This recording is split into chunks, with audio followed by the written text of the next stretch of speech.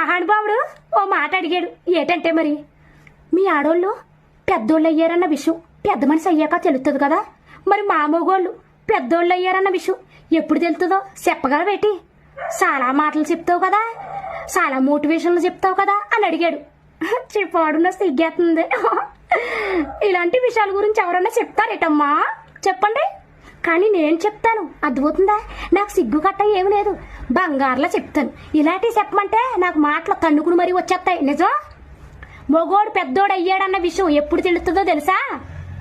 పొద్దున్నుంచి సాయంత్రం దాకా అక్కడ తండ్రి కష్టపడి లక్షల లక్షల ఫీజులు పట్టుకొచ్చి కాలేజీలో కడుతుంటే అడ్డమైన తిరుగుళ్ళు తిరక్కంట శుభ్రంగా నువ్వు చదువుకుని మంచి జాబ్ సంపాదించుకుని మీ అమ్మకి మీ బాబుకి కూర్చోబెట్టి 2 ముద్దలు పెట్టినప్పుడు నువ్వు పెద్దోడు అయినట్టు. ఇంట్లో పిల్లం కొడుకుతో ఉన్నప్పుడు, చిన్న పిల్లలు వేసుకుని ఉన్నప్పుడు, డేట్లలో ఉన్నప్పుడు అర్ధరాత్రి దాకా ఫ్రెండ్స్లు వేసుకుని అడ్డమైన తిరుగుళ్ళు తిరిగేవనుకో నువ్వు పెద్దోడు అవ్వలేనట్టు.